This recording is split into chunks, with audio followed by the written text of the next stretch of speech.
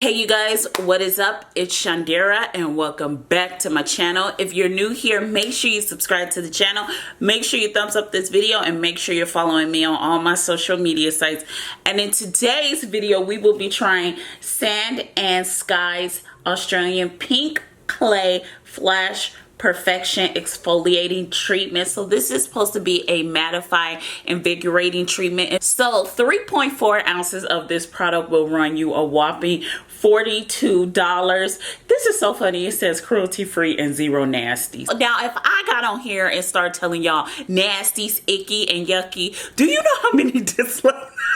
This whole video would be full of dislikes if I start using words like nasties. This is the 5th brand I have seen in on their website talking about nasties, ickies, and yuckies. I have nothing to say. You guys would be telling me, oh, you're talking to us like we're children. You're talking down on us. Yet y'all let the brands get away with murder. Y'all are messy. Anyways, let me go ahead and swatch this product so we can see the texture of it. Side note, I want to say this before we get into this video. I know I was testing the tool, so look it. I was testing the tool. Either I got bit by a spider or it was the beauty tool I was testing. Whichever one it was, this is what happened. Because let me turn the light down. A lot of y'all like to say, oh, nothing bad happens to you when you test something or do something. Look at this. I'm praying it goes down, but it's been like this for about 5 days so far. Can y'all see? I got 3 dots. It looks like a bruise. I thought it looked like a hickey, and Josh was like, that is not a hickey. It looks like something bit you. So either I got bit or it was a beauty tool I was testing. With that being said, this is a product testing review channel, skincare channel. And I want to say this. See what happens to my skin? I told y'all I don't have Teflon skin. Okay, so here is the exfoliating treatment. Let's go ahead and swatch it. You know what, it's grainy, but it's not it's a light grainy, so it's not really coarse. So did Sephora get Sand and Sky the boot? I don't see them on that website no more. I tried to look up this mask, did not see them on the website. So what's going on, Sephora? Okay, so as I'm applying this mask, it's really coarse. I thought it wasn't going to be coarse, but it's really coarse. Or like there's certain parts of it that's very coarse. I need to figure out what this powder is. But this black stuff could actually be macadamia nut powder, but it is coarse. So if you have sensitive skin, please don't use this. Sorry, no, I should probably not be using this anyway due to the fact that I already got 3 big scars on my face. I could already feel a dislike coming from my skin trying to heal myself, and I'm an exfoliating mask. Oh my God, I got water in my eye. But like I was saying, can we talk? That's why I'm being really gentle by my face, but I'm getting my pores right in here and in here good. But like I was saying, you guys, did Sephora get rid of Sand and Sky? I do not see them on the website no more.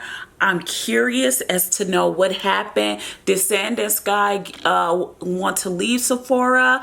You know, when you are a brand and you're in you may think it's a huge deal. Like, let's say you're a brand owner. I doubt a brand owner who wants to start their own brand is watching this. But if you want to start your own brand, you may think it's a big deal to get in these businesses like Amazon, Sephora, just all the websites that sell your products as a third party. But when you realize the fees that go behind them, like for instance, let's say you apply for Amazon to get your product on Amazon, Amazon's going to charge you $40 a month, and they're also going to take fees away from your product. So you got to think about that. And they also, if you're not shipping the product out and you have it sitting at their warehouse, they're going to charge you for that.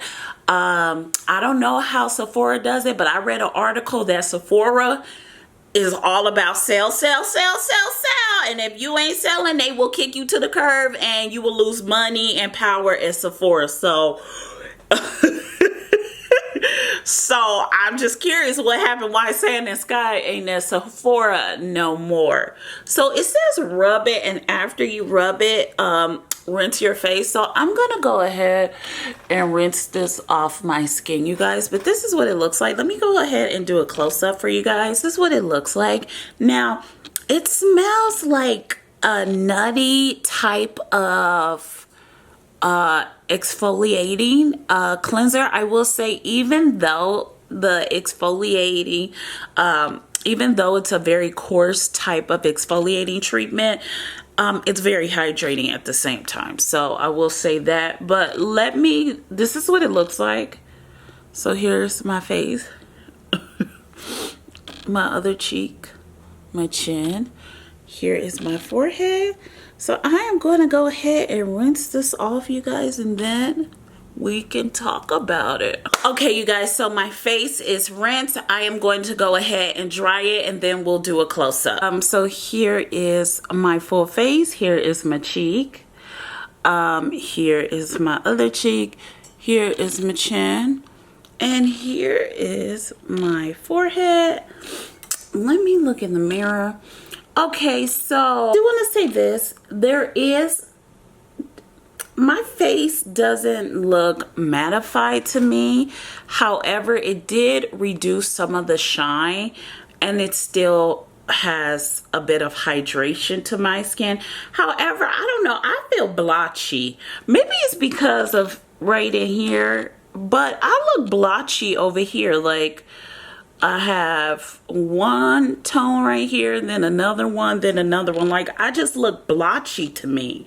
Like, even my under eye area is like dark in here, and then it's like one color, and then you get down here and it's another color. Like, I just look blotchy to me, in my personal opinion. What do you guys think? Do I look blotchy? I feel it look blotchy. But you know what? Let's talk about it. I know, I just want to say this. Sandusky marketing, like when you read their website and the products, first of all, I didn't know. You know, when you've been in the skincare game a little bit too long, like making skincare products and just doing this for too long, that when they start talking about invigorating, they said rose hip, grapeseed, and olive oils invigorate. Like, I didn't know that. I was under the assumption that these rose hip, grapeseed, and olive oils did totally different things, and invigorating is not one. Side note, this scrub is not invigorating whatsoever. You claiming rose hip, grapeseed, and olive oils invigorate. They hydrate. Some of them help the moisture barrier naturally, protect the moisture barrier naturally, but those oils don't invigorate. And some of them are like Vaseline. They help if you add, so for instance, if you add rose hip seed oil to your skin, you will probably want to lock it in with some olive oil. None of these oils invigorate the skin. I don't know who y'all got in the marketing department, but if you want to hire me, I could write this way better. I don't know how much y'all paying them an hour? 15. I'll do it for 15. I would do it for 15 an hour, because you know I would need to, my lunch break, I don't want to go to lunch when I don't want to go to lunch, and I want to leave when I want to leave. And if you give me an attitude, I'm leaving work ASAP, because that's how I roll. But I will come in on time, so at least you know I'll be there on time. With that being said, let's get back into this review of this mask. I personally, trying the sample, I don't think I will buy it again. I didn't like that the exfoliating was a bit coarse for my skin. So if you have sensitive skin, you may not want to use this mask at all. I think this is a mask that is wonderful for people with oily skin. However, I do think they do have certain ingredients in this mask that could be considered clog pouring for certain people with acne, oily prone skin. I think normal to combination skin would enjoy this mask. I think it's a wonderful exfoliating mask. I did feel that it did clean my pores.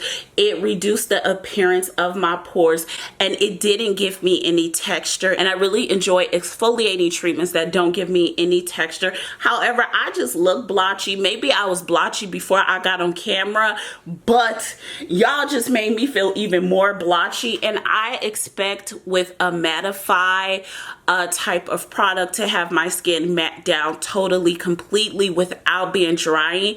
I was expecting a little more hydration, and I don't understand it having mattify properties due to the fact that, you know, mattifying the skin after, when you're exfoliating, I don't think you really need to mattify your skin due to the fact that you're going to be adding a moisturizer anyway, and they tell you to add their oil or moisturizer after using this exfoliating treatment. So what is the point of mattifying the skin if you're going to be using exfoliating, if you're going to be using a moisturizer or oil after this anyway? Not only that, let's say you're going to be using makeup. And you don't want a mattify look to your makeup. I just don't understand the purpose of the mattifying skin, but I get it. They're trying to target people with oily skin. However, I do want to say this. I am like literally, y'all know, crusting, talking around the mouth, and it's just drying out around the mouth, but it's not a bad drying. I will say this. Would me personally buy this mask? After trying it, no, my skin feels a little bit itchy. I just don't care for it. However, I personally am going to give it a 4 out of 5, and the reason is I do like the ingredients they use. I enjoy the fact that they keep it natural, they keep it clean. I think they need to work on researching oils like rose, olive, and grapeseed, because none of these oils invigorate, and that is a stretch to say these invigorate. I like the fact that they did say bamboo and macadamia exfoliate, but a rose hip and grapeseed don't invigorate. Maybe they meant invigorate like once you scrub your face and after you wash it off. I guess the oil properties in the mask help protect the moisture, and that invigorates the skin. But when I read it, I'm under the assumption when you mean invigorating, you're talking about I'm gonna feel like this tingling sensation, this cooling sensation that I'm gonna love, and I felt none of that with this mask. With that being said, you guys, let me know in the comments down below, have you tried this mask? What do you think of this mask? I want to thank you so much for watching this video. Make sure you subscribe to the channel, make sure you thumbs up this video, and make sure you're following me on all my social media sites. I love you guys so much, and I'll see you in our next video. Bye, guys. Mwah!